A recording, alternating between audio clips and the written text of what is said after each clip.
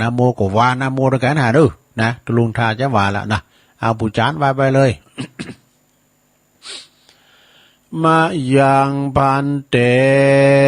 ติสาลาเนนะสหปัญจศีลานิยาจามะตุติยัมปิมายังพันเตติสาลาเนนะสหปัญจศีลานิยาจามะตติยัมปิมายังพันเตติสาลาเนนะสหปัญจศีลานิยาจามะนะโมตัสสะภะคะวะโตอะระหะโตสัมมาสัมพุทธัสสะนะโมตัสสะภะคะวะโตอะระหะโตสัมมาสัมพุทธัสสะนะโมตัสสะภะคะวะโตอะระหะโตสัมมาสัมพุทธัสสะ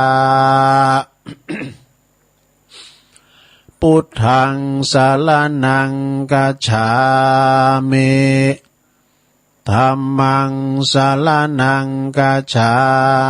มิสังฆังสรณังคัจฉามิตุติยัมปิพุทธังสรณังคัจฉามิตุติยัมปิธัมมังสรณังคัจฉามิตุติยัมปิสังฆังสรณังคัจฉามิตติยัมปิพุทธังสรณังคัจฉามิตติยัมปิธัมมังสรณังคัจฉามิตติยัมปิสังฆังสรณังคัจฉามิติสรณคัมมานังนิติตังปานาติปาตาเวละมณีสิกขาปะทังสมาธิยามิอะตินนาตานาเวละมณีสิกขาปะทังสมาธิยามิ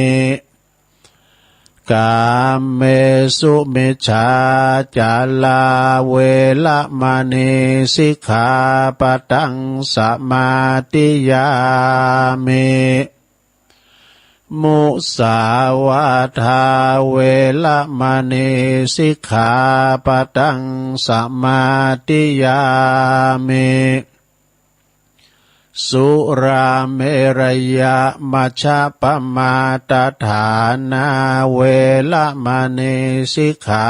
ปะทังสมาธิยามิอิมานิปัญจสิกขาปทานิสีเลนะสุขติงยันติสีเลนะโภคสัมปตาสีเลนะนิพุตติงยันติตัสมาสีลังวิโสทะเย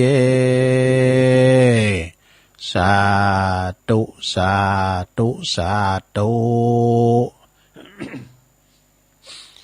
เอาหับศีลหาไปปิดติดเรียบร้อยเนอะพอออกไม่ออกศรัทธาพอหลงไม่หลงหักษาไว้ดีๆเนอะไปเสียมันหายนะหายไปขอสองขอมปิ้งยังเสาหน้าตุลุงก็มาปั้นแถมมาต่อศีลกันแถมเรียกกันนะศรัทธาญาติโยมทั้งหลายศีลเป็นอาภรณ์เนอะที่งามงดงามแต่ศีลห้าศีลแปดศีล10ศีล227ประดับกายประดับโตประดับตนไผมีศีลประจำใจจะมีใบหน้าอีบเอิมงามเขาผ่องผิวพรรณวันนะก็จะสดใสวัยะเนอะบ่ได้ปิ้นตุกสังตอนนี้ไปตุลุงก็จะได้สวดพญานกยุงทองกันเนอเป็นคาถาเขี่ยวขาดปลอดภัยนะ พญานกยุงทองนี่ก่อนที่จะออกจากถ้ำจากที่อยู่ในเปิดจัดตองคาถาบทนี่เนี่ยไปที่ไหนก็ตามแค้วคาดบ่อ่านปลอดภัยบ่ติดบ่วงแห้วของนายพรานสักตือแน่นะฉะนั้นก็เวลาศรัทธาไปที่ไหนตั้งใดก็ดีเนาะขอเดินทางแค้วคาดปลอดภัยเนอะตุลุงจะสวดคนเดียวกันเนอะอุเตอาเปเนาะ อุเตตยัญจคุมาเอกาลาชาหาลิสาวันโนปัทวิปาปาโสตังตังนามัสสามิหาลิสาวันนังปัทวิปาปาสังตายาสากุตาวิหาเลมุติวสังเยพรหมานาเวตากุสัปปะธรรมเมเตเมนะโมเตจามังปะลายันตุนามาตุพุทธานังนามาตุโพธิยานะโมวิมุตตานังนะโมวิมุตติยาอิมังโสปาลิตังกัตวะโมโลจัลลติเอสนาอเปตยัญจคุมาเอกาลาชาหาลิสาวันโนปัทวิปาปาโสตังตังนามัสสามิหาลิสาวันนังปัทวิปาปาสังตายาสากุตาวิหาเลมูลัตติงเยพระมัณณเวตกุสัปปะธรรมเมเตเมนะโมเตจัมมังปะลายันตุนามาตุพุทธานังนามาตุโพธิญาณโมวิมุตตานังนะโมวิมุตติยาอิมังโสปาลิตังกัตวะโมโลวาสามะกะปะยิติโมละปาลิตังเอาแล้วอันนี้เป็นอันสวดนกพญานกยุงทองในลงเนอไปไหนขอเดินทางแคล้วคลาดปลอดภัยนะว่าจะไปตั้งเนื้อตั้งไต่ไปไกลก็ดีนะพญานกยุงทองเปิ่นก็แคล้วคลาดก็ปลอดภัยกับคาถาบทเนี่ยนะโมหับปลิตหรือว่าอุตเตอาเปเนาะเอาละตอนนี้ไปตุลุงจะโยงกุลโลมกันเนอะโยงกุลโลมนะแบบเส้นเป็นงานเป็นการที่ว่าโยงกุลโลมมีหยังมีกุลหมดศาสนากุลมีตาใดมีนี่หมดเด้อสาธุสาธุสาธุข้าขอยกมือ10 นิ้วขึ้นตั้งวางกิ้วไก่เกาเกษาขาจักนำมาสาการไหวพระปิตามีกุล21กุลพระมันดามี12กุลพระแม่โพธิ์ศพ39กุลพระพุทธเจ้ามี56กุลพระธรรมเจ้า38กุลพระสังฆเจ้า14กุลอาจารย์มี10กุลกรรมฐานมี8กุลไฟมี6กุลลมมี7กุลแม่ธรณีมี21กุลคงแม่น้ำคงคามี12กุลอัคคัลละ33กุลศีล5มี11กุลศีล8มี12กุลศีล10มี21กุลจตุปัลลิสุตตศีลมี27กุลอรหันตาคือมรรค4ผล4นิพพาน1รวมเป็น9กุลอัสสาสะปัสสาสะนิสาวาสอัสสกุลพระวิหาร84,000 ปันลังกุลพระมหาเจติยาเจ้า84,000 ปันดวงขออาราธนาพระคุณเจ้าต่างหลายเหล่านี้จุงมาเป็นสอยประดับสำหรับกายอันประเสริฐเมื่อข้าพระเจ้าต่างหลายดับจิตใจเสี่ยงชีวิตไปในสังขารในปีใดเดือนใดวันใดยามใดคืนใดก็ดีดังอ่านผู้ข้าต่างหลา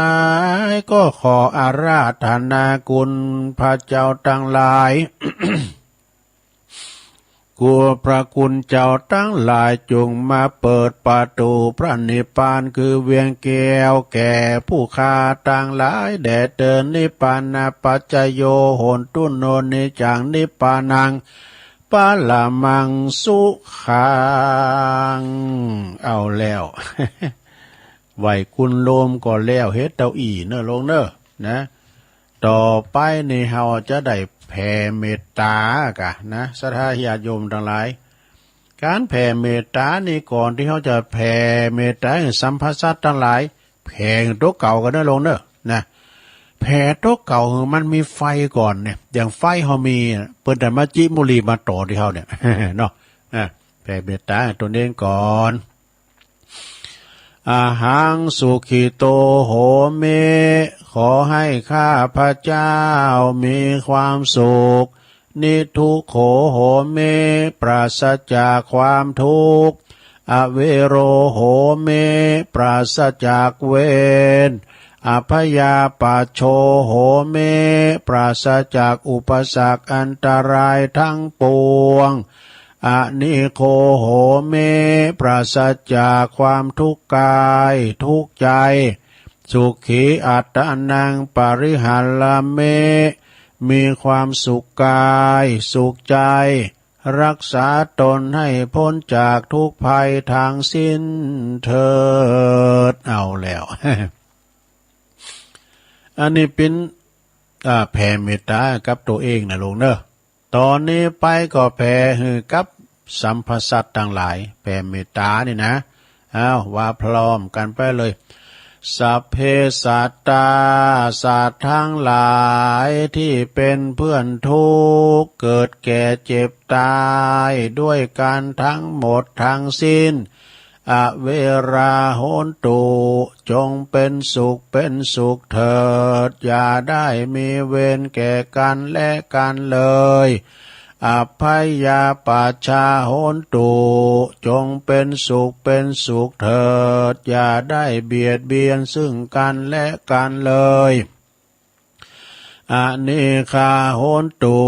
จงเป็นสุขเป็นสุขเถิดอย่าได้มีความทุกข์กายทุกข์ใจเลยสุขีอัตตานังปริหารันตุจงมีความสุขกายสุขใจ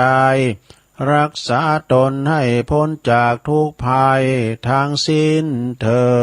ดเอาแล้ว อันนี้เป็นคำแผ่เมตตานะเป็นบาลีแล้วก็แปลตัวต่อไปเอาคำไทยอะไรทำไมให้หน่อยนึงกันเนาะ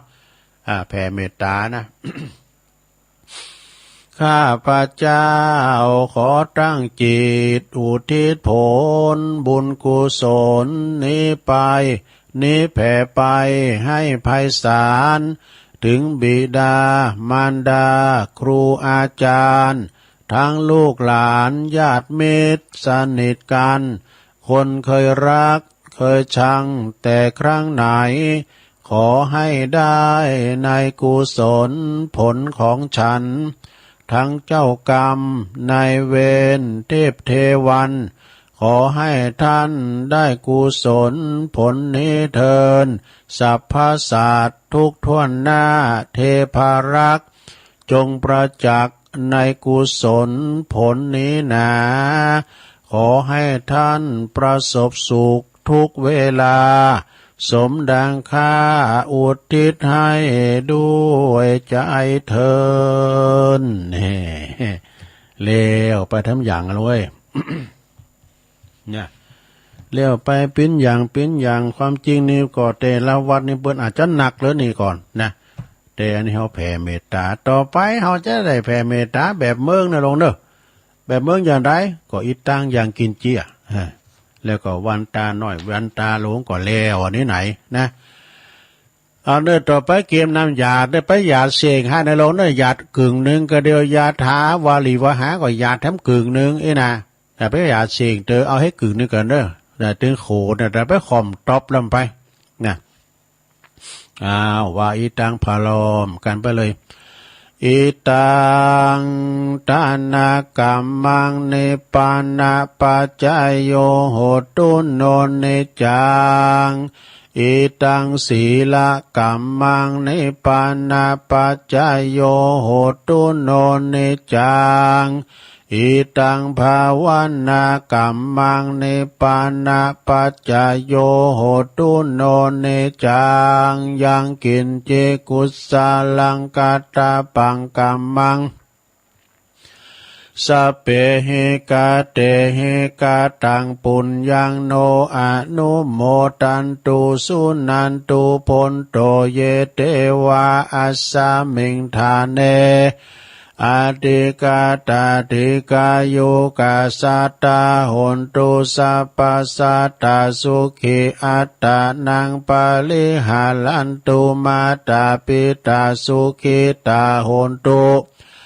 ทุกขาปัมมุญจันตุสัพเพยติกาสุขิตาหนตุทุกขาปัมมุญจันตุสัพเพอัญญาติกาสุขิตาหนตุทุกขาปัมมุญจันตุสัพเพปิสาสัพเพยาคาสัพเพเปตาสุขิตาหนตุทุกขาปัมมุญจันตุสัพเพนาคาตาสุขิตาหนตุทุกขาปัมมุญจันตุสัพเพเทวาสุขิตาหนตุทุกขาปัมมุญจันตุสัพเพอาจาริยุปัจจยสุขิตาหนตุทุกขาปัมมุญจันตุสัพพสัมปติโยสามิจันตุโวเอาแล้วต่อไปเขาก็จะได้วันตาหลงพระประธานเนอะตึงมดาตึงไม่สาลีมหาโพธิงมดาเนอะ วันตาเมปุตังสาปังเมโตสังฆามาธัมเมปันเตวันตาเมธัมมังสาปังเมโตสังฆามาธัมเมปันเตวันตาเมสังฆังสาปังเมโตสังฆามาธัมเมปันเตวันตาเมกุโลอุปจาจาริเยสัพพังเมโตสังกัมมัตถัมเมปันเตวันตาเมกัมมัฏฐานังสัพพังเมโตสังกัมมัตถัมเมปันเตวันตามิอัลลเมปัตตสิมัญยังสัพพังเมโตสังกัมมัตถัมเมปันเตวันตามิเจติยังสัพพังสัพพทานเนสุปลติติตาสลีลาตาตุมหาโพธิงพุทธโลปังสากาลังสันตานากาโลเกเทวโลเกพรหมโลเกจมปูติเปลังกาติเปสาลีลาธาตุโยเกสาธาตุโยอาลาหันตาธาตุโยเจติยังกันตะกุติงจัตุลาสิติสาหัสเสธัมมกันเตสัพเพตังปาตาเจติยังอะหังวันตามิสัพพโสแล้วต่อไปสุมาพระสังฆเจ้าสามเณรทั้งหลายวินนามาตังตุลุงทาเขาไปเนอวันตาน้อยพะลอมกันไปเลยวันตามิพันเตสาปังอาปาลาตังกามาตาเมพันเตมายากาตังปุญญังสามินาอนุโมทิตาปังสามินากาตังปุญญังไมหังตาตาปังสาธุสาธุอนุโมทามิจัตตาโลธรรมาวัฏันติอายุวันโนสุขังปะลังสาธุสาธุสาธุเอาสัทธาญาติโยมทั้งหลายกิจกรรมวันพระวันศีลเป็นวันเสาร์ก็สำเร็จลุลงไปโดยดีเนาะสถานเนาะเป็นการโทนความจำเนอะลงเนอะเวลาว่าเฮามันได้ไปวัดไปว่าโอ้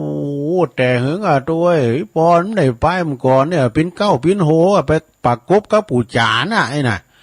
ปู่จานมาขี่สลัมนายนะอีปอก็แก้มตัวหาเนาะ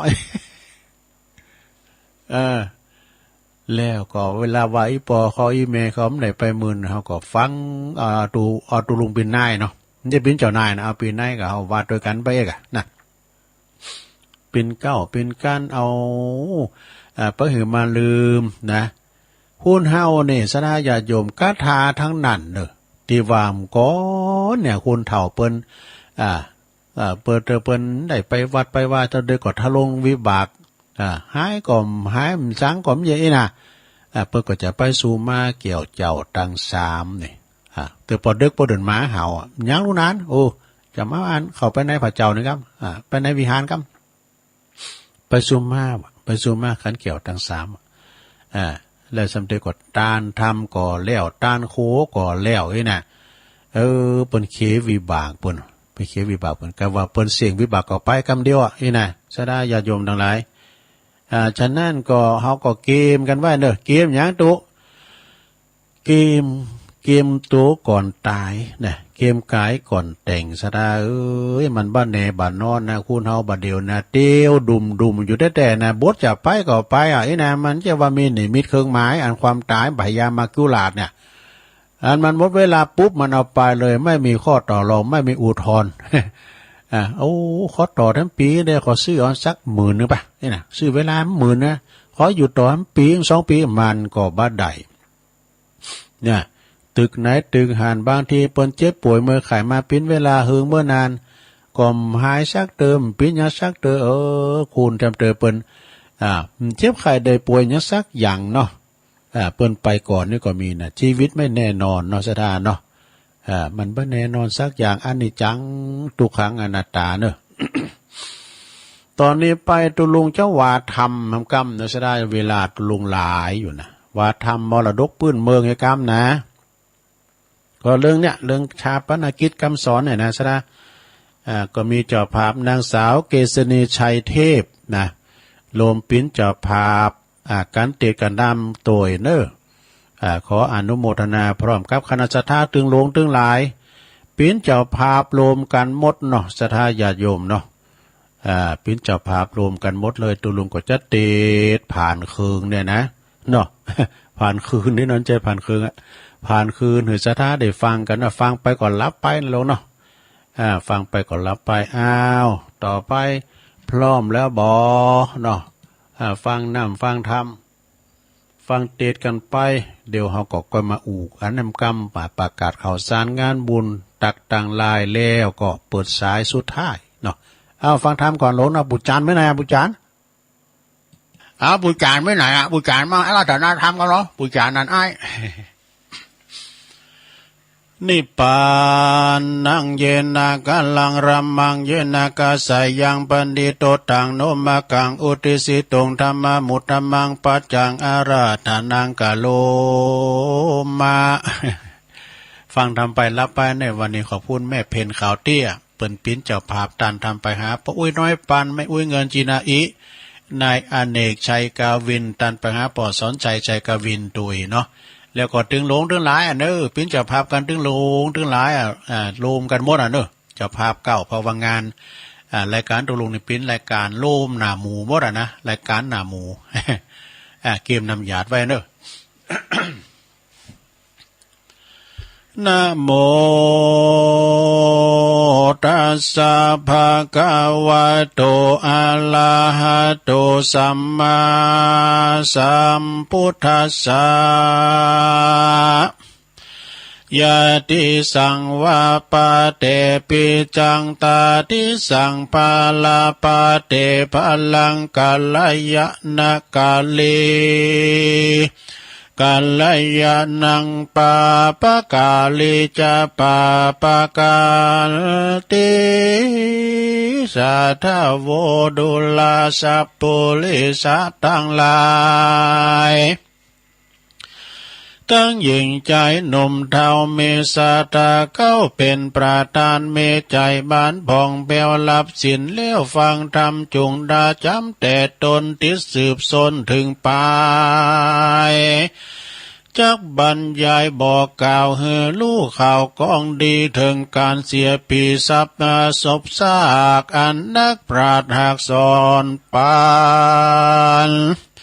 เฮปากันมวลหมู่ใดพลัมรู้ตามลายเมื่อว่าเมื่อมีคนตายกลาพรากละศพซากกายาจุมวงสาพี่น้องอันอยู่ในแห่งห้องไปลางเป็นทุกขังโศกไม่ร้องลำให้อะไรก็ถึงจักหักกันเพียงใดคนตายไปก่อยกาดก็บ่อาจขาดก็บ่ได้เสียคนพ้องก่อมมาทาลนไม่เอาบ่กินข้าวกินน้ำโศกเศร้าล้ำอาวรณ์จักหลับนอนก็บ่ได้มีแต่ร้องไห้คืนวันย้อนหลักอะไรกันบ่พรากต่อคนตายจากไปนาเป็นดัง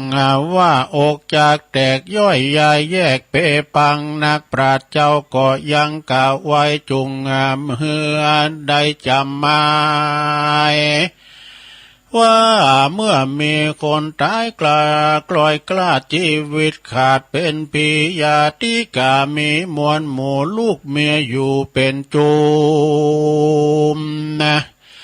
แวดล้อมลุมร้องให้อยู่ที่ไกลคนตายย่อมผิดลวงหลายแบบเบาอันนักปราชญ์เจ้าสอนมาว่า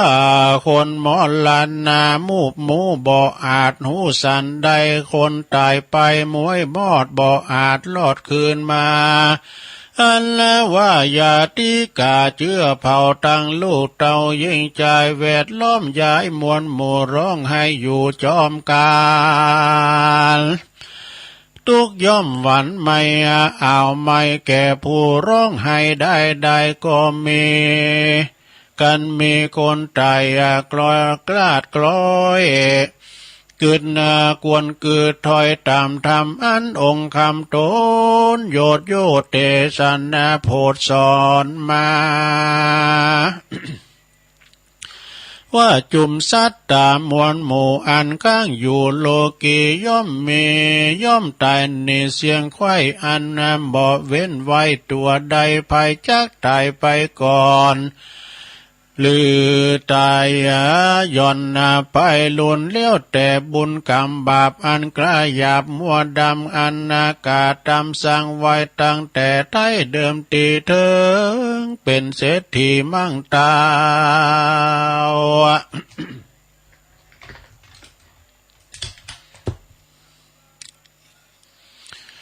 เป็นเต้าเจ้าผาปาลาคนอนาถากันอยากคนตุกลำบากเข็นใจคนไม่ไหวหนุ่มนาวคนแก่คนเราจะละคนฮึกหนาใบบอดก็บอละลู่ลอดกองดำคนมัวดำไม่เอาไม่ย้อนตายเสียงย่อมตายเสียงไข้ดีลีแม่นจักเนลีซอนไปอยู่ที่บนกลางโหนอยู่ไปบนโหนอากาศอยู่ต้องตาดวังใสหรือว่าอยู่ในแม่น้ำอยู่เถื่อนทำคูหาอยู่ดงนาป่าไม้ก็บ่ปนใดเป็นไม้อันว่าความตายมูบหมูย่อมมีอยู่ยามวานย่อมดับขานมวยมอดบ่อค้างลอดเป็นตาลาหันคนโมลานนานั้นใส่กวนเกิดไว้ไข่ตามทำว่าการ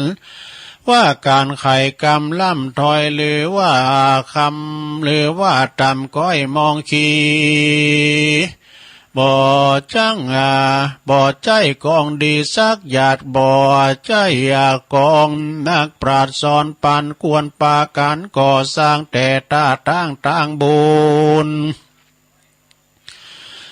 ตานุนเขาน้ำว่าตูพร่ำปัดใจฟังทำไปบ่ขาดหลังน้ำหยาดไปหาผู้มอลานามวยมอดอยู่บุญบ่ บุญไปลอดจูหนุนย่อมเป็นกุลอันใหญ่ปาหือใดเจยบานแท้ประการหนึ่งเราขอหนุ่มเท่ายิ่งใจอันนั่งยายมวลหมู่จุงพรำรู้ตามธรรมนะอันจักกาตามเลิกซากตามเก่ารากประเพณีบ่เอาคนมีมาเป็นแบบเบาบ่เอาเจ้ามาเป็นนายบ่เอาคนหลายมาเป็นใหญ่หือหูใส่ของตัวบ่เมามัวตามเปิ้นบ่ได้เลื่อนตามข่าวบ่กึดเบาเอาตื่นทุกปันเหมือนจ้างมีมาคนหมอลานนากลาภาคจากเลิกซากส่งสาการเฮรู้พามานตัวเก่าบ่เอานี่ว่าเรานี่เล่าบ่มีลาย การผ่านภายแย่ใหญ่ละเราว่าบ่เมไว้ยืมเขาจักมองเงาเมื่อซอยตุกจองหอยตัวมา ควรมีกรรมมาขาคนมีคำขานั้นบ่ไล่กะหรือคนยศใหญ่สูงสักสูงเลิกซากปู่ลุงพ่อแม่ตั้งเท่าแก่เอาอาตั้งวงศานั้นใส่ย่อมแย่ได้ตามใจ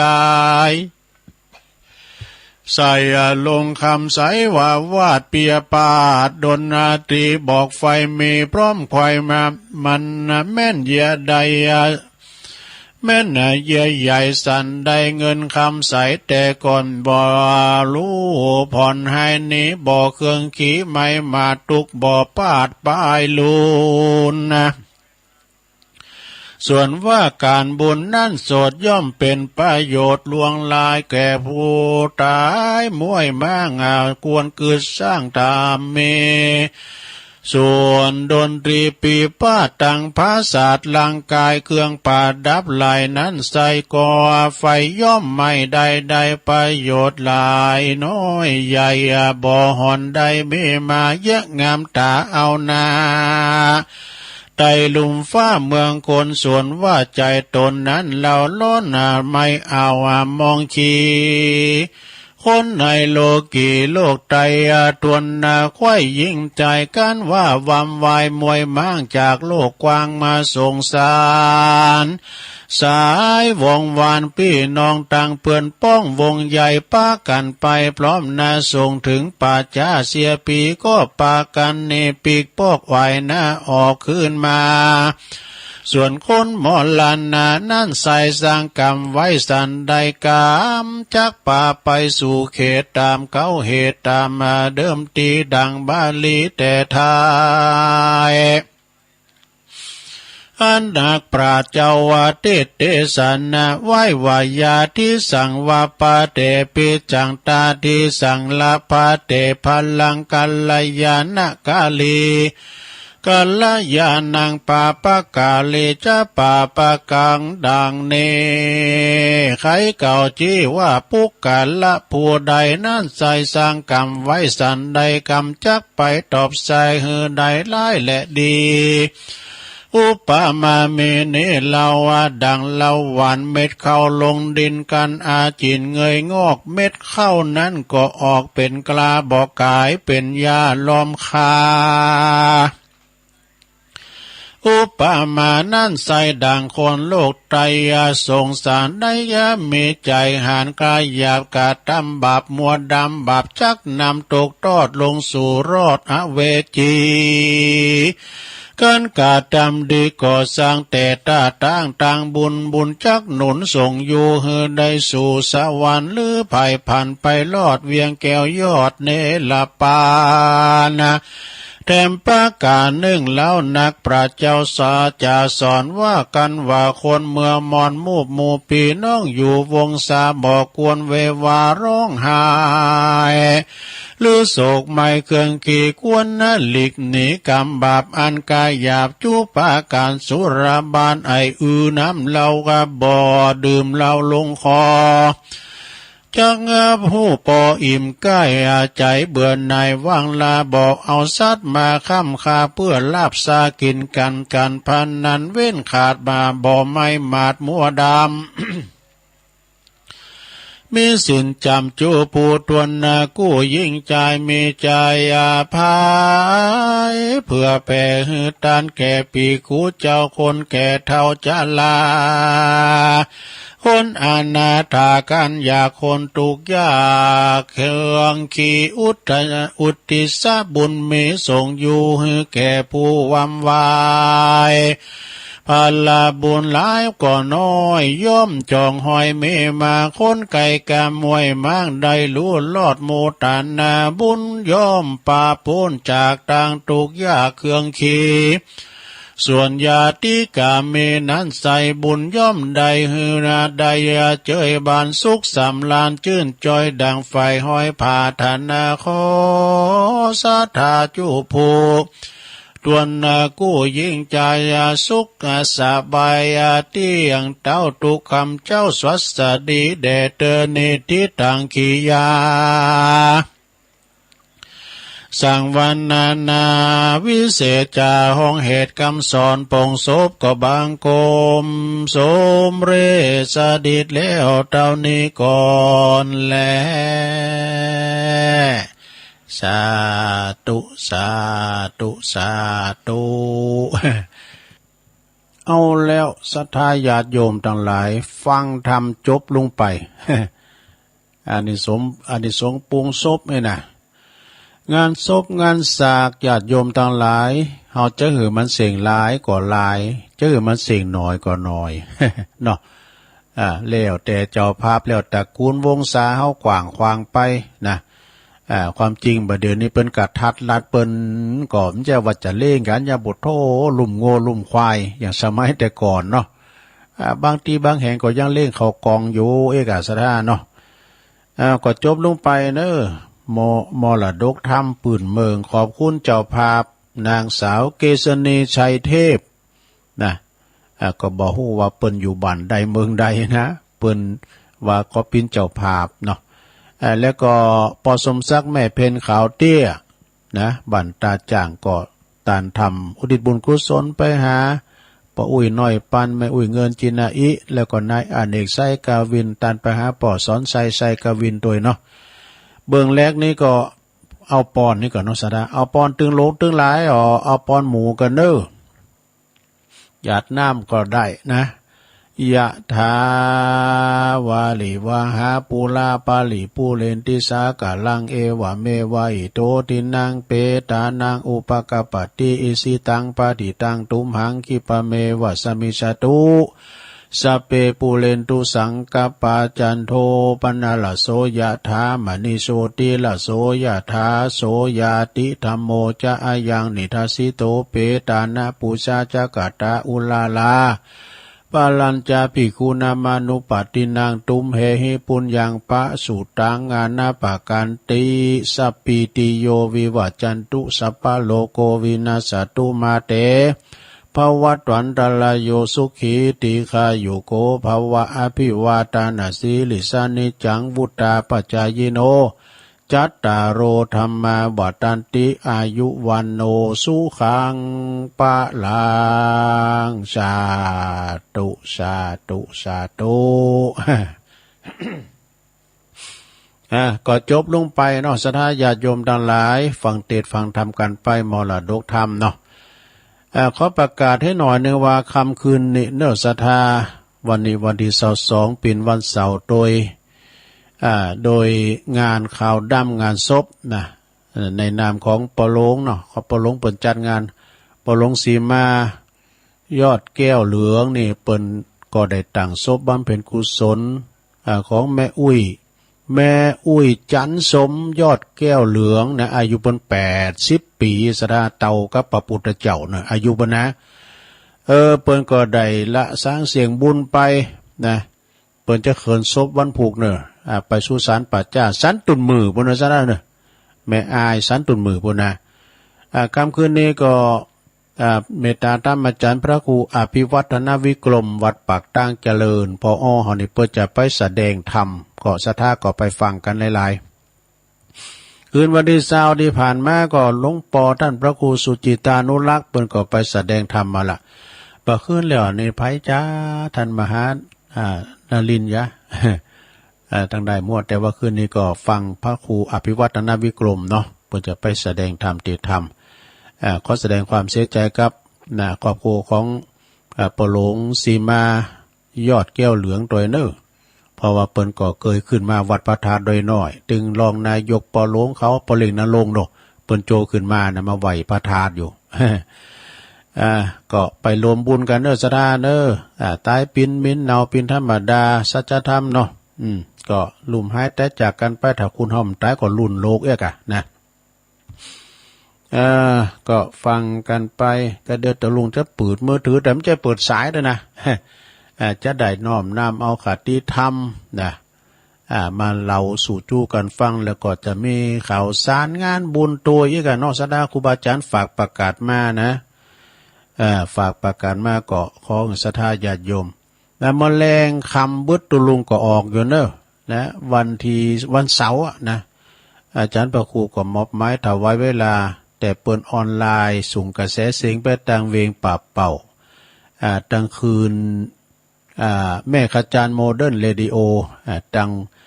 คืนบ้านบุญนะเวงป่าเป่าเนาะแต่ช่วงเจ้านี่ก็ช่วงแรกนี่ก็ตั้งไฟหินก็ได้ฟังอยู่เพราะว่าอาจารย์พระครูสมุวิสุวัตวรกิจโจเป็นก่อนลิงสัญญาแต่ช่วงที่สองไม่ได้ยินเนอะรายการเปิ่นมีเนาะก็ฟังกันไปศรัทธาญาติโยมเนาะฟังนำฟังธรรมฟังเทศฟังธรรมก็หลายตุนครูบาอาจารย์ที่เปิ่นมาเข้ารายการยินดีต้อนรับเนาะเจ้าของรายการใหม่ท่านอาจารย์ทิติวัฒน์ทิตเมธีตุปีบีโบเจ้าอาวาสวัดศรีชุมโพธารามเปิ่นมาเข้าวันพัดนะโยมเนอะเข้าวันพัดก็อย่างตุลุงเปิ่นมาตอนเจ้านะสถาเปิ่นมาตอนเจ้าตีสามเป็นตุ่นไปเนาะต่อไปอาวุธ9 ชนิดมีหยังผองปุดโถตีทำหือคุณเฮานี่บ่มีวันแปะคือก้านนะบ่มีวันก้าน1ความเคารพนับถือต่อผู้หลักผู้ใหญ่ความเคารพนับถือนี่เอาชนะใจผู้ใหญ่ได้นะโอ้ไอ้นี่มันอ่อนน้อมถ่อมตนได้เฮ้ยเนี่ยไปก่อนฮักใคร่อินดูนะข้อที่2ความจริงใจชนะใจมิตรเนี่ยมิตรเกี่ยวสหายค้ำบางคนนี่เป็นมิตรปอกลอกกายเนี่ยมิตรเทมมิตรแถมไม่เคยมีแต่ว่าเขามีความจริงใจมิตรนั่นก็จะน้อมน้าวมาอยู่กับเฮาได้นี่เนาะ3ความอ่อนน้อมชนะใจคนอ่อนน้อมถ่อมตนเนี่ยซะนะ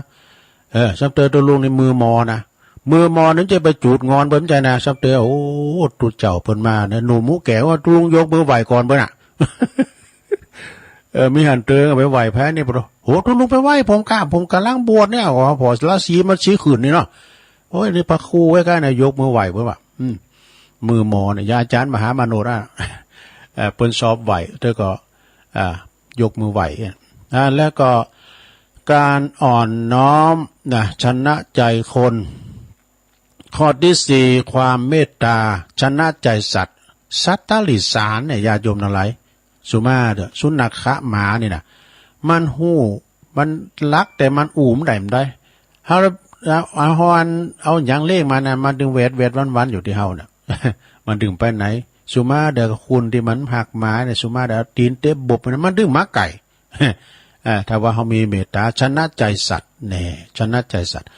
เฮามีความซื่อสัตย์ชนะใจคนรักเนี่ยก็หักกันแป้งกันซื่อสัตย์ต่อกันนะ6ข้อที่6ความรักชนะใจศัตรูเนี่ยนะแผ่เมตตาดิๆนะลูกแผ่เมตตาดื้อๆก็เดือก่อนมันดึงตะนอบมาเฮาแผ่เมตตาดื้อๆเนอะนะข้อที่7ความเชื่อฟังชนะใจครูนี่การเราเจอฟังครูในชนะใจได้แต่นะไปเลือกกรรมครูครูเก่าครูไปครูตายครูยังนี่นะเนาะแล้วก็ข้อที่8ความกตัญญูชนะใจพ่อแม่นี่พุทธโธข้อนี้นะสัจธรรมคำสอนของพระมหาบุญทรงเรืองวิเศษพุทธข้อที่9ความชนะใจตนเองแน่วแน่ความอดทนแน่วแน่คือชนะใจตนเองแน่ ใจเฮานี่นะสดาชนะใจเนอะใจเฮาว่าบ่ไปนะกำเดียวเฮายังไปอยู่ก็หมายความว่าเฮาการใจโตเก่านะแน่ก็บ่จะกินข้าวในวิทย์ลูกเฮิรนปอกแน่ อีน่ะเนาะ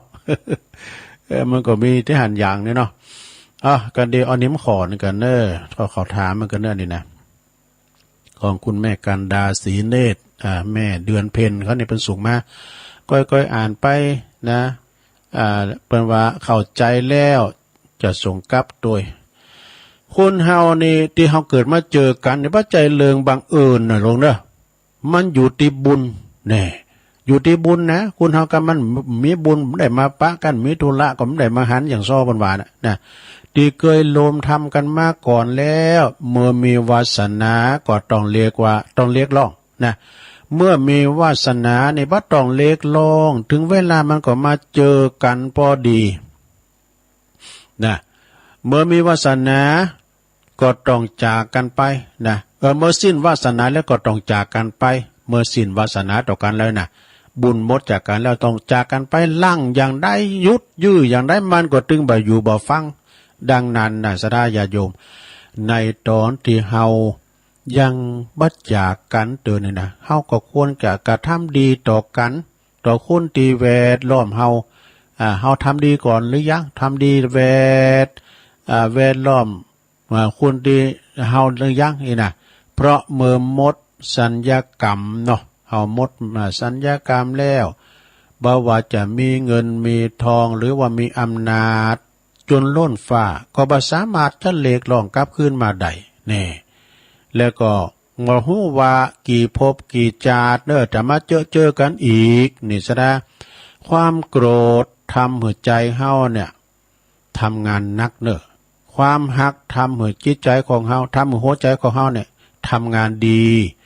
ถ้าความดีนี่ทำหัวใจของเฮานี่พองโตเนี่ยถ้าความโง่ทำหัวใจเฮาเสียหายนี่ความแก่เจ็บตายปิ้นเลืองของธรรมดาชีวิตคนหนึ่งชีวิตคนมีหนึ่งหนคือเดินทางของตัวเองเดินทางของหนึ่งยิ่งลำบากก็ยิ่งต้องสู้สองยิ่งดีก็ยิ่งถ่อมตนสามยิ่งแย่ก็ยิ่งต้องเจอฟังเจอมั่นนะยิ่งแย่ยิ่งเชื่อมั่นนะยิ่งต้องเชื่อมั่นถ้าแย่นะสี่ยิ่งมีก็ยิ่งประหยัดนะห้ายิ่งหนาวเหน็บก็ยังมีมิตรนะมีมิตรเกี่ยวสายคำนะที่คอยจุนเจือเฮาอยู่ขอบคุณอันนี้เป็นคาถาดีนะเป็นข้อคิดที่ดีของคุณแม่กันดาศรีเนตรจากหางดงแล้วก็คุณแม่เดือนเพ็ญทิมหวางส่งเข้าประกวดมากขอบคุณนักๆแล้วต่อไปตุลุงจะได้ประกาศข่าวสารงานบุญกันด้วยวันที่30นะโยมไก่เข้ามาแล้วนะงานมหาทานของกฐินตกค้าง188วัดนะที่วัดม่อนฤาษีปากตั้งสามัคคีซึ่งก็โดยเมตตาธรรมอาจารย์พระครูสุเมธธรรมเสวีพร้อมด้วยคณะศรัทธาคณะสงฆ์เฮาโดยเนาะได้รับความอนุเคราะห์จากรัตนมหาอุบาสกนายกอบจคุณพิชัยเลิศพงษ์อดิศรซึ่งเป็นประธานฝ่ายคารวาส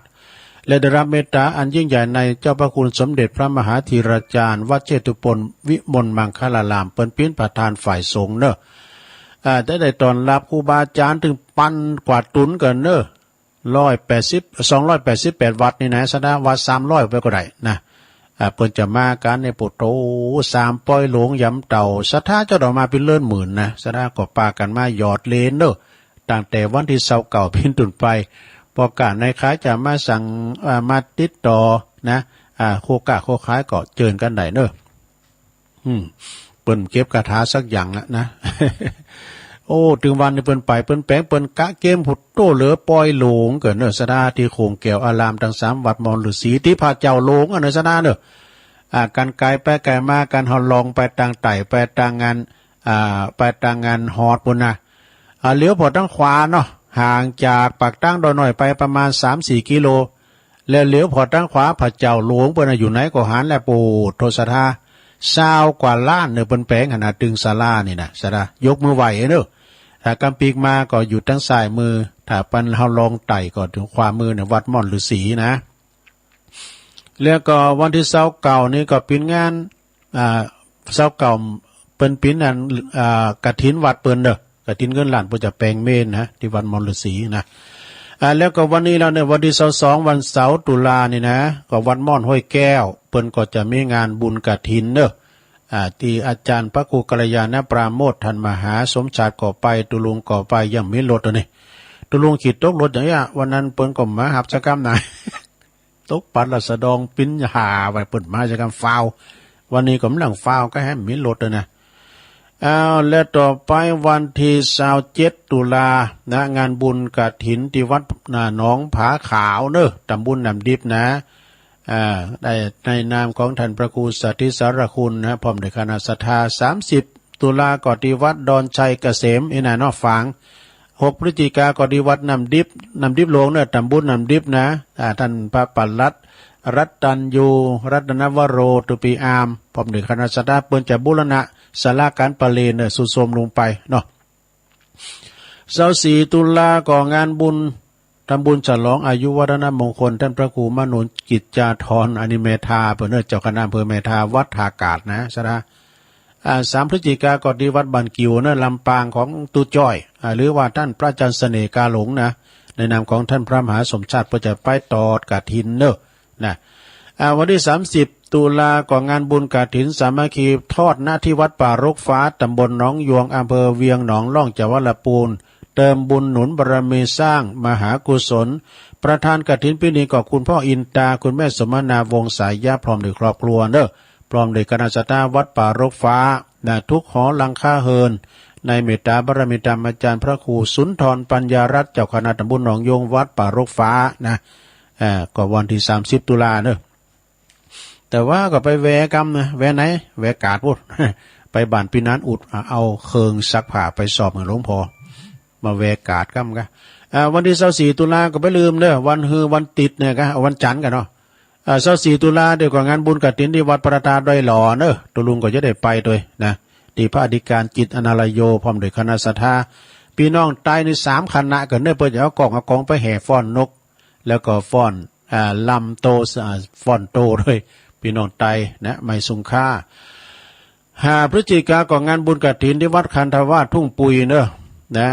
ตำบลสันติสุขอำเภอดอยหล่อแล้วก็เปิดสมทบในการสร้างนะเต็นพระเจ้าเต็นลานประดิษฐานนะลานทำประดิษฐานของครูบาอินครูบาบุญปันด้วยเปิ้นจะแห่วันที่4พฤศจิกาเนอะแห่สารูปเหมือนของครูบาวันที่4นะไปรวมกันเนอะ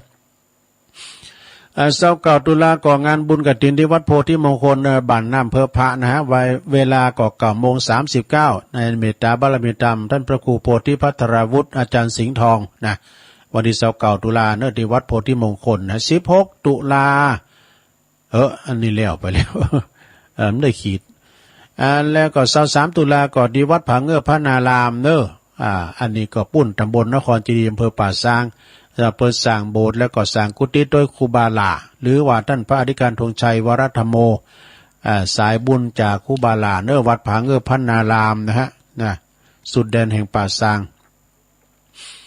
วัดบ้านแม่โป่งเนี่ยก็ปุ้นวันที่7พฤศจิกาเปิ้นจะมีงานบุญกฐินแล้วก็วางศิลาฤกษ์ประทาเจดีย์โดยที่วัดบ้านโป่งตำบลหางดงอำเภอฮอดเนอะเวลาบ่ายนะอันนี้หางดงฮอดปุ่นนะ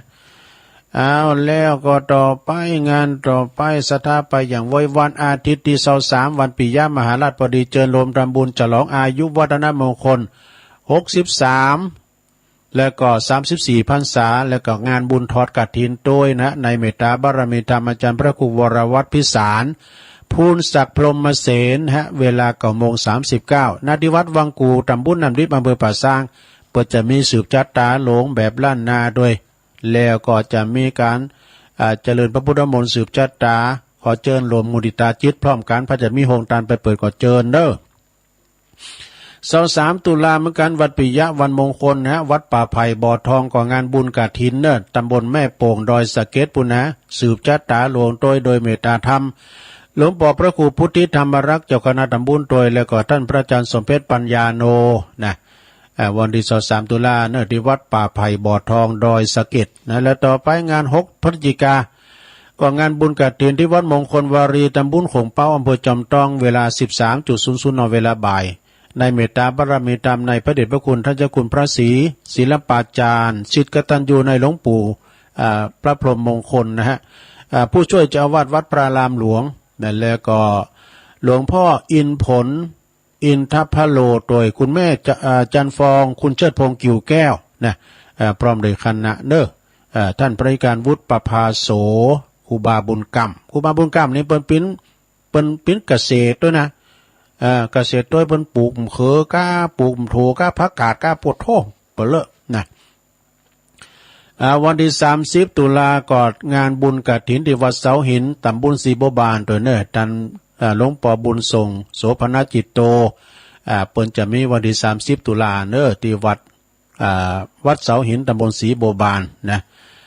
23ตุลาก่อนที่วัดจันทร์นะบุญกฐินวัดจันทร์บุญกัลยาณิวัฒนานะฮะแล้วก็6-8ธันวาคมงานตัดไว้ลูกนิมิตปู่พระศรีมานะที่วัดจันทร์กัลยาณิวัฒนาเนอะ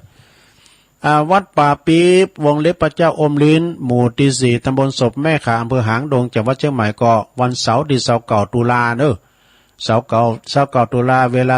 13.39 เพื่อจะตอดกฐินเพื่อบูรณะปฏิสังขรณ์กุฏิเก่าที่มันสุดโทรมลงไปปลูกโหเล็กมันครบปลูกโหเล็กพองก้ายนะแล้วก็ตีวัดป่าปีเนอะชมรมสกายก็ไปพร้อมกัน60ผู้ใหญ่นะต่อไปเดือนพฤศจิกาใจเย็นๆเนาะวันที่6พฤศจิกาก่องานบุญกฐินที่วัดดอยแดนนะวัดดอยแดนตำบลเหล่ายาวเนอะในนามของหลวงปู่สุทัศน์ท่านนันชัยโยนะปอดุลเขาปฏิคำเขาเนี่ยปอสมคิดเขาปอเกวัดเขาเนี่ยแม่สายพินเขาแม่จำปีวงฟั่นแล้วก็ปอหลวงศรีวังบางคมเนตรนะเปิดจะมีวันที่6ที่จริงปุ่นนิมนต์ตุลุงมันก็ไหนตุลุงมันติดเนาะประธานกฐินปีนี้ก็คุณอัมพาพันธ์แก้วอิ่มเนอะแก้วอิ่มนะและพร้อมกับคณะโดยงานบุญใหญ่เนี่ยคุณหลายศรัทธาเปิดปิ้นกันดอยแดนนี่นะวันที่6พฤศจิกาแถมงานบุญกฐินที่วัดพุทธศรีคีรีตำบลบ้านแปะอำเภอจอมทองของอาจารย์วรรณชัยชัยยานันโทอันนี้เป็นสั่งประธานเจดีย์เนี่ยปีนี้ถ้าได้แล้วไอ้ก้าเนาะ เวลา 13.39 นะฮะวันที่6พฤศจิกาเหมือนกันเนอะที่วัดพุทธศรีคีรีบ้านแปะคุณแปะบุญนาชนะไปพอทะเลหมอกนะโยมเด้ออากาศปูหนาวแล้วนะในวันที่5พฤศจิกานะฮะก็งานบุญกฐินของวัดปักทางเจริญเนอะของเมตตาธรรมอาจารย์พระครูอภิวัฒนวิกรมก็มารวมกันเนอะอาจารย์เปิดก็ว่ายอมเยาะเนี่ยมันจัดใหญ่แต่ว่าเปิ้นขอเป็นเน้นนักเอาวันที่11ธันวาเป็นงานประเพณีประจำปีสวดอิติปิโส108จบเนอะอันนั้นนี่ปุตตะจัดยิ่งใหญ่อลังการ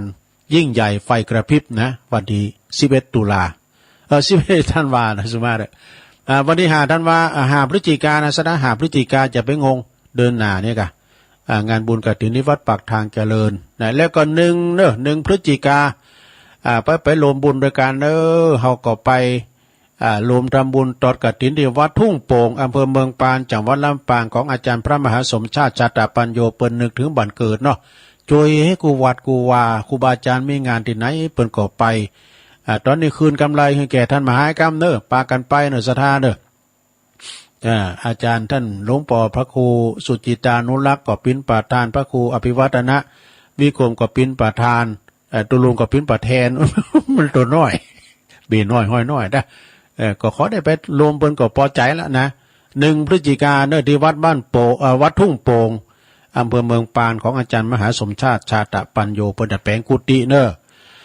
เอางานต่อไปศรัทธาญาติโยมทั้งหลายก็วันที่6พฤศจิกาก็งานบุญกฐินที่วัดสันเมืองเนอะตำบลหนองล่องอำเภอเวียงหนองล่องของอาจารย์เน้นหลักเขานะวันที่6พฤศจิกายนนะฮะแล้วก็6พฤศจิกายนเหมือนกันที่สำนักสงฆ์หอมบุญป่าไม้แดงดอยสะเก็ดของหลวงพ่อมานิษฐาวโรเนาะ6พฤศจิกายนเหมือนกันนะแล้วงานต่อไป5พฤศจิกายนที่วัดหนองเหงเนอะวันที่4ที่5วัดหนองเหงตำบลสันติสุข อำเภอดอยหล่อนะโดยเมตตาบารมีตามหลวงอาจารย์ท่านพระครูวรธรรมานาถอาจารย์สมศักดิ์นะอาคปัญโยเปิ้นจะได้จะร้องอายุวัฒนมงคลโดยใน60 ปีกำลังขึ้นแต่ได้กินเงินเดือนละนะแล้วเปิ้นจะมีบุญกฐินด้วยงานบุญใหญ่พระจะไปเปิดห้องตาลก็ไปนะไปเปิดห้องตาลไปหับสังอันนี้งานบุญใหญ่เนอะสาววันที่5 พฤศจิกาปักกันที่วัดหนองเหงนะแล้วก็งานต่อไป7 พฤศจิกานี่ก็เจริญลมทำบุญใหญ่เททองหล่อพระพุทธรูปนะณที่วัดเหล่าป่าตาลอำเภอแม่แจ่มในเมตตาบารมีธรรมอาจารย์พระครูปลัดบดินทร์ศีลสังวโรพระอาจารย์เบิ้มนะวันที่6นะเปิดกอดตอดกฐินในกรรมวันที่7ก็เททองหล่อเนอะตั้งคืนสีขาวจะไปการปิ้นจำนวนหนักหลายนะพี่น้องแม่แจ่มป้ากันเนอะก็ทุกวันที่23นะวัดศาลาตำบลน้ำแพร่ในเมตตาบารมีธรรมหลวงพ่อพระครูโชติสุวรรณสอนพร้อมด้วยคณะศรัทธาเปิ้นก็จะมีการทำบุญทักษิณานุปัฏฐานอุทิศถวายแด่พระแด่ครูบาเจ้าอินตากตาปุญโญเนอะหลวงปู่พระครูพิพิธปุญญาภิลักษ์นะทุกวันที่23ก็ไปฟังเทศน์ฟังธรรมเมื่อค่ำยามคืนเนอะทำบุญให้ครูบานะต่างงานปีนั้นโหนงเขานะปีนั้นเจริญฝนขาวเขาเนี่ยมาคณายกปากันไปงานปล่อยโหลงงานจะร้องตานวิหารก่อที่วัดโหหอยเนอตำบลนองโยงนะในนามของอาจารย์พระอธิการพัทยาประภัสโรปนแปงวิหารหลังงามเนาะและเปิดจัดตานแล้วในวันที่4ที่5เนาะวันที่4ที่5ที่6เนี่ยนะก็ไปกินแป้ตานกันที่วัดหัวห้วยจะมีบวงสรวงจะมีเทศน์นำเทศน์ธรรมมาสวดมนต์ตันกันเบิกเนตรกันเนี่ยนะมีโหวัดตัวเนาะแล้วก็ขอประกาศงานของอบต.ครับเด้ออันนี้ก่อนนอกไปหน่อยนึงก็คืองานก็ไก่ตีนดอยน้อยเนี่ยนะที่ฝายดอยน้อย6 7 8 พฤศจิกาเนอะ6 5เนี่ยนะขอเชิญงานลอยกระทงนาทีฝายดอยน้อยตำบลดอยหล่ออำเภอดอยหล่อจังหวัดเชียงใหม่โดยอบต.เพิ่นจะมีงานเพิ่นจะมีงานแข่งเฮอโดยเนอะซะดาในแข่งเฮอระหว่าง2ฝั่งปิ้งเนี่ยเพิ่นได้แข่งเฮอกันแล้วจะมีแข่งกองโลงด้วยเนอะในงานในแข่งกองโลงล้านนาโดยแล้วก็แข่งวาวโดยแล้วก็กีฬาปืนบ้านจะมีกีฬาปืนบ้านหลายอย่างปีนเสาน้ำมันมีก็ฮะมวยทะเลมีก็โอ้วันนั้นไปพอเดียนน้องสมณะนะเดียนปลงเกี่ยวขอจัดโทษคุณหลายเปิ้นแข่งเฮอกันแล้วก็มีมวยทะเล มีมวยตีกันไปพาทาก็ตกน้ำเนอะที่น้องสมณะธาดาแล้วก็กลางคืนนั้นมีย้อนยุกเนอะมีมวยตัวนาเดียนไฟด้วยหน่อยนะมีย้อนยุกตัวมีมวยตัวนะจัดโดยองค์การบริหารส่วนตำบลดอยหล่อโดยว่าที่ร้อยตรีสุรพงษ์กาบวังนายกอบต.พร้อมกับนายกนำดิบด้วยนะนายกมงคลหมื่นอภัย นายกองค์การบริหารส่วนตำบลน้ำดิบด้วยใน2 ฝั่งปิงนะได้รับอนุเคราะห์จากนักพากย์นะนักพากย์อันนี้ก็คืออาจารย์สำราญนาคชุ่มอาจารย์สำราญนาคชุ่มนี่เปิ้นเป็นอาจารย์สอนพระเนรด้วยนะเปิ้นพากบอลพากมวยพากกองได้หมดอะนะพากกันเป็นโคโซกพากกันวาวไฟกันเนี่ยนะ อาจารย์สำราญนาคชุ่มนะก็เคยกันดีเปิ้นเป็นนักพากเนาะสดาอันนี้ก็ข่าวสารงานบุญเนาะสดาญาติโยมวัดในดอนจืนนั่นเหรอดอนจืนก็วันที่20เก่าเนอะดอนจืนวันที่20เก่าแล้วก็วัดเหล่ายาวใต้ก็วันที่20เก่าภาคตอนบ่ายเหล่ายาวนะแล้วก็ทำหลายตีเนาะกลุ่มเทพารักษ์17ตัวเนอะตักมาตังลายแล้วก็วัดรับกฐินสามัคคีอันนี้ตังลายชมรมสกาย76ด้วยเนอะว2ว8คุณแม่กันดาศรีเนตรจากหางดงฟังชัดเจนดีนะแม่อุ้ยน้องโดยแม่ครูทองคำที่วงคำจากเสาหินสีโบบานอันนี้เปิ้นเป็นอสมด้วยนะนวลนิชชาวชาติตัวเนาะแล้วก็แม่เดือนเพ็ญทิมหว่างฟังอยู่เนอะเจ้าแม่ครูเพลินทิพย์ ทิพย์พลึกเพลินพิษทิพย์พลึกจากบ้านแป้นฟังจากแดนดินถิ่นละนาโอ้ไฟไปไกลนะแดนดินนี่นะแล้วก็พี่น้องจากปูนโตยบานบกก้างศิลเนาะบ้านสวนโดยหล่อโดยปีนั้นปรมมงคลมูลชีพจากน้องเอิกโดยเนาะแม่แดงอัมพรจากแดนดอกไม้คุณแม่สิรินทิพย์บุญเลิศคุณพี่ยุพินหอมมาลาพี่น้อยจากแม่โยก็ดีแล้วก็มียายปันแม่หลวงสุมาลังกาพินไอบรรจงการทวงโดยยายไข่แก้วจากบ้านเส้งตำบลบ้านแป้นแม่สุทัศน์ดีมูลจากแสนพรมทุ่งปีแล้วก็เจ้าอธิการวิชาสุจินโนนะตัวเนอะมาแล้วเอาเจริญปอนมัสการครับโอ้หลวงพ่อวันนี้อู้เก่งจริงๆเลยนะอาจารย์เก่งทุกวันนะครับ ผมนะยอดเลยเนี่ยผมชอบข้อที่9ชนะจิตดีกว่าแน่นอนแต่กะชนะใจตัวเองดีกว่าแน่นอนนะหลวงพ่อนะแน่นอนครับมัสการครับตอนนี้แหละหลวงพ่อมานิดมาเป็นเบอร์แรกหลวงพ่อกฤษหลวงพ่อกฤษหลวงพ่อกฤษนะครับเจ้าเจริญปอนเจ้าต่อเพิ่นเนาะเพิ่นโทรแล้วนี่เจ้าก็วันที่15นะก่อนโอนสตังค์นินลักไป500กินกากระเบึง300แล้วก็กันติดยอง100แล้วก็ฮอร์โมนมุนท่า100เจ้าใจจื้อของพวกกานะเจ้าเนาะที่มันอยู่ของเที่ยวข้างหน้านี่เจ้าเดี๋ยวจะถามเพิ่นนะเจ้าว่านะครับเจ้าก่อนวันนี้นะเจ้าเขียนสดๆนะเจ้าการบรรยายก็เลยเขียนนะเจ้าฟังธรรมตัวเขียนด้วยนะเจ้ามนุษย์คนเฮาในโลกสกลเกิดมาเป็นคนบนพื้นโลกลาเกิดมาต้องตายรออยู่เบื้องหน้าบ่มีไผมาหลีกใด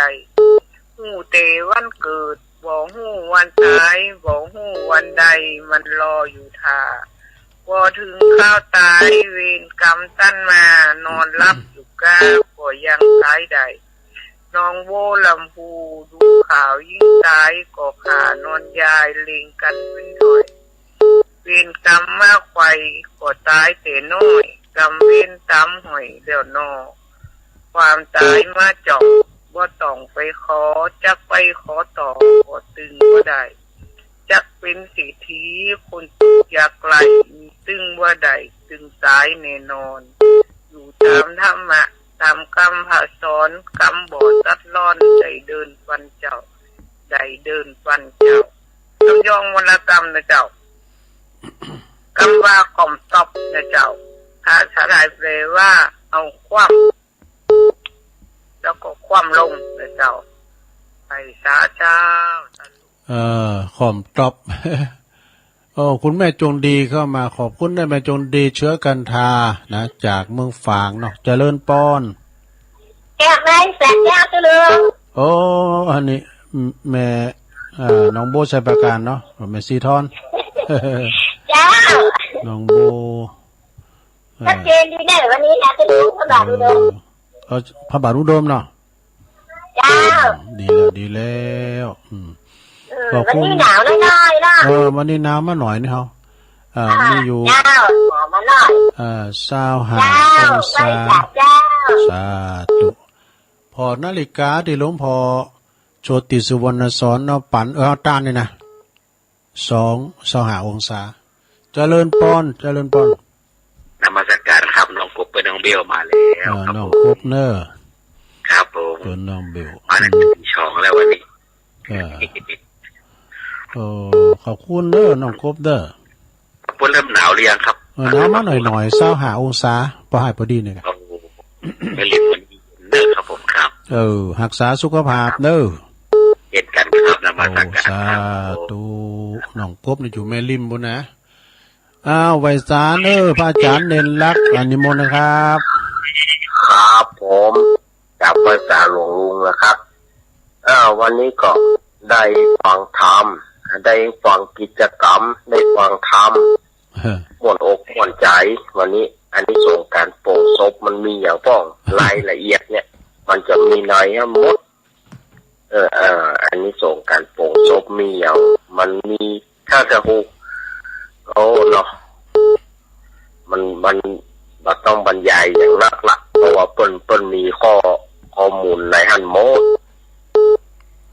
แล้วก็งานบุญหนักแต่โอ้ช่วงนี้ งานบุญลู่ก็จะแต้นะงานบุญญาติโยมที่จะไปทำบุญที่ไหนนะบุญกำลังบินเนอะไหลยับเนอะก็ได้ญาติโยมเนอะ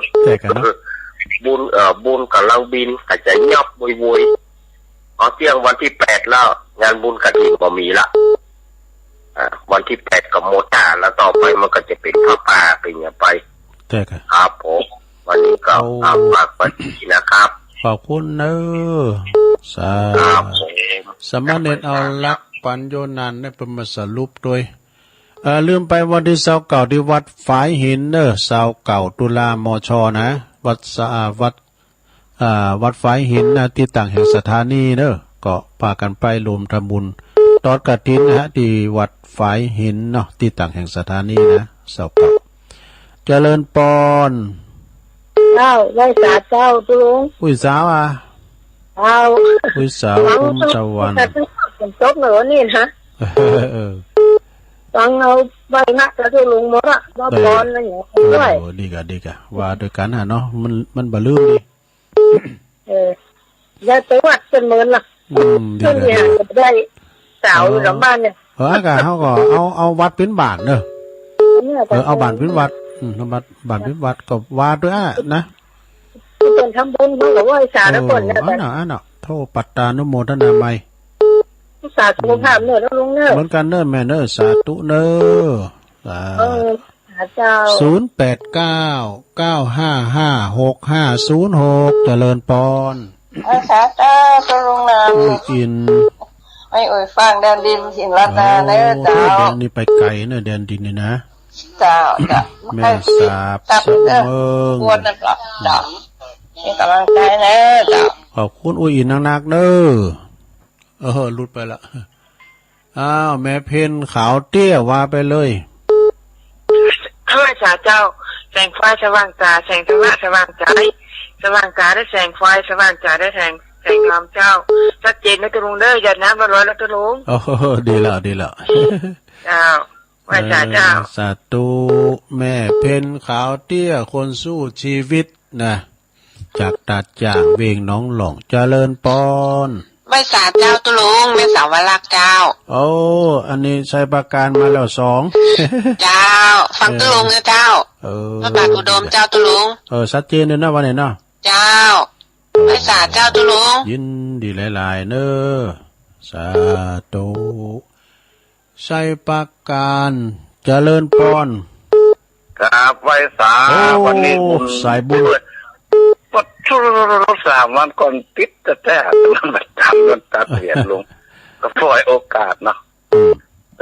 ลุงครับผมจะขอฝากเบอร์เงินไม่น้อยกันนะกำบอกว่าไปเลยบนถาดโจทย์หรอว่าไปเลยพระจะโจทย์เลยพระจะโจทย์ก่อนโจทย์เลยโจทย์เบอร์ใหม่ที่มันตุลุงแบบได้โทรนะเดี๋ยวนี้มันเปลี่ยนซิมเปลี่ยนโทรศัพท์หมดเนาะเบอร์ของตุลุงตุลุงมานิดน้อย092 407 4828ทำกำ092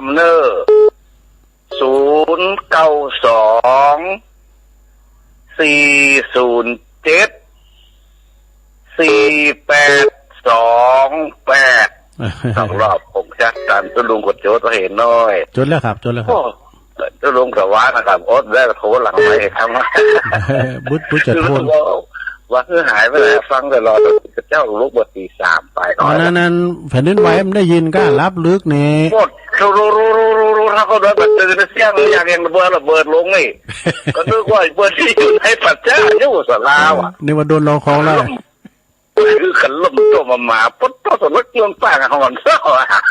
โอ้ดังแหงนะมันดักแหงแต่มันไกลอยู่ไม่คือนี่แต่เนาะลึกลงไป2 กิโลแค่นี้อะไรมันก็มันใจหลวงพ่อครับมันเป็นป้าหลวงฟื้นคิงแบบตะกอนบนว่าอ่านได้นะเนาะ จนว่าป่าหลวงพูดคิง เดี๋ยวนี้เขาพลิกเพลงว่าเขาเป็นพลิกเพลงว่าเป็นอะไรเปิกโลกเนี่ยเปิกโลกเกิน นักวิทยาธรณีเหมือนโค้งว่าเปิดโลกตัวนั้นมันขาดแล้วมันยุบลงไปอย่างนั้นเนาะถ้าอย่าไปนั่นเนาะประมาณนั้นเนาะเชื่อถึงวิทยาศาสตร์เชื่อถึงเงินแต่ก่อนข้าพระพุทธการต้องมีเนาะที่ว่าแผ่นดินไหว7ประการนั่นน่ะบุญของทุลุงตัวติดเต็ดหรือทาฟังแล้วคนที่สมจิตจะหาทุลุงโทรศัพท์หาทุลุงอ่ะทำให้แผ่นดินไหวล่ะโทษบนดอยน้อยสมหูขิงซะน้อยหรอบนพัดปัดมันไก่ยังเอาน้ำยังเอาขวาลงน้ำปุ้งเลยนะไอ้ฟองกุ้งเปลือกมันต้องเข้ามันขยับแข็งเนาะเพราะมันไปมันเป็นน้อยเอกอะธรรมดาเนาะธรรมชาติเกิดขึ้นกับพื้นแผ่นดินนี่หมดร้อนหนาวฝนลมแดดทนต่อไปอายุยืนทุกคนสาธุขอบคุณครับไฟสาครับ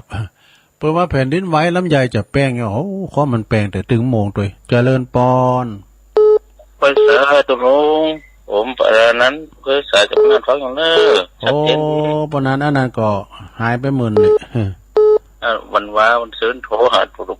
บเนี่ยตุลงอำเภอเวียงสานานตุลงนั้นใครถามว่านี่เนี่ยที่จะรวมทำบุญที่กฐินที่บรรจัดอันตั้งเชียงใหม่ที่ว่า200 วัด300 วัดมีเลยมีครับมีเบอร์ปันมีก็เดี๋ยวแจกกันนั้นเอาไปถวายไหนอาจารย์พระครูสมเด็จว่าอยากมาก็มาเองหรือว่าฝากไปมากก็ได้ไม่มีหมายเลขทะเบียนไม่มีบัญชีเลขอะไรนะมาเดี๋ยวตัวเองครับขอบคุณเนี่ยอนุโมทนาเนี่ยมาปัดตานยกมือไหวก่อนได้บุญแล้วป่ะเด้อครับผมสาธุใจไปกดตือก็แต่ว่าอันนี้เปิ้นตามระยะไสเปิ้นท่านอาจารย์พระครูธรรมะก็มาเองเลยธรรมะก็ฝากมาก็ได้หรือว่าจะฝากอันจดไปเองนำได้มันเปิ้นมีใบทะเบียนเจริญปอนเจ้าค่ะไว้สาเจ้าตุลุงวันนี้ก็มีบุญแห่งวันเด้อตื่นขึ้นมากันได้ฟังเสียงน้ำเสียงธรรมได้ทำบุญตักบาตรมันยกวัดมาไว้ที่บ้านเลยเจ้าไม่สุกเกี้ยวศิลาพรสิทธิ์เตี้ยเด้อได้ไหวพระตัวตุลุงตัวเจ้าแล้วเด้อเจ้าธรรมติ3แล้วเด้อเจ้ากราบไหว้สาเด้อตุลุงเด้อแม่สุกแก้วเนาะสาธุอันนี้ศีลาพรสลิติเจริญปอนไหว้สาครับลุงนี่เป็นการเทศทั้งนั้นเลยนะครับที่ตามฟังแต่เจ้าครับประสิทธิ์ป้าเนี่ยมีสาระประโยชน์ดีครับคำสั่งนะครับเนาะเราก็คืออกขึ้นใจดีครับชัดเจนดีครับเนี่ยทอดอยู่ดีเนาะลุงก็ยินดีกับปอนนั้นได้ลายเด้อปอนนั้นประเสริฐเนาะขอตรงได้อยู่ดีมีชุกอันนี้มันเย็นเย้าสิลโฟนลงใจเก็บของต่อไปครับสาธุนะครับเนี่ยเป็นห่วงครับปอนนั้นเนี่ยเปิดฟังถึงว่านเด้อฝากกุดตุนกุองอ่ะปอนนั้นอันนั้นปอนนั้นประเสริฐก็เนี่ยโอ้พี่น้องบ้านไกลนานเหมือนกันนะเนี่ยเจริญปอนพระเจ้าไม่วัดฟังเลยเจ้าอันแม่บ่พอดานะแม่บ่พันเนาะเจ้าฟังอยู่เจ้าวันนี้จะได้ขึ้นไปวัดตลาดดมอยู่เจ้าเนี่ยอันนี้จะไปอันนี้จะไปปฏิบัติธรรมเนาะปฏิบัติธรรมจะไปจ้าหลวงพ่ออยู่ท่านฟังแต่เจ้านั้นตุลุงเนอะกำลังใจทุกเจ้าสาธุยินดีเนอะแม่บัวพัดกุลันนะเจริญปอนอันนี้มาสักการเจ้าแม่ฟังด้วยเจ้าอันนี้ก็แม่สุกแก้วเหมือนกันเนอะสุกแก้วอันนี้สีโพธารามเนาะเจ้าสีโพธารามสารพียินดีหลายๆนะแม่เด้อบุญรักษาอนุโมทนา0899555656หลังกัดไม่เศร้าดักแซบเจริญปอนครับไว้สาธุลุงมาแล้ว60ผู้ใหญ่ที่เคารพป่อบุญตันเจริญท่านเด้อป่าไล่การงานก็หนักท่านเด้ออันนี้ก็มันมีกูวัดงานบุญกฐินนี่นะไปทางใดกันดีนะท่านว่าแล้วก็มันมีหลายมีให้กูวัดกูวาเนาะวัดกูวาน้อยๆเอาให้ม่วนเนาะท่านเนาะมาเด้อมาเอลฟรีนะก็ใส่ไปตุลุงก็เพิ่นก็เชิญไปเป็นกรรมการไปพาคือว่ามันช่วยเอาไปอาจารย์สำราญนาคชุ่มนี่แต่ก็ อันเนี้ยตุลุงแล้วปล่อยปลาด้วยนะมาปล่อยปลาปล่อยป๋องปล่อยปลาด้วยนะเอาทำสายสุดท้ายเจริญปอนเจ้าไอ้ซาเจ้าอันตุลุงวันนี้แต่โทรหายายหน่อยบอกว่าทำไมตะกี้วิศวประกันแต่เจ้าไอ้ซาเจ้าเดี๋ยวจะบอกเดี๋ยวนะเบอร์ของหลวงพ่อมานิดเนอร์092จดเลย492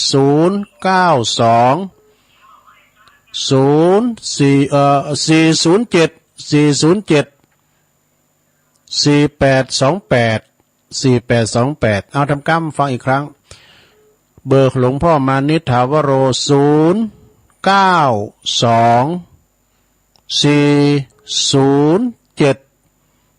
4828โปรดรับทราบตามนี้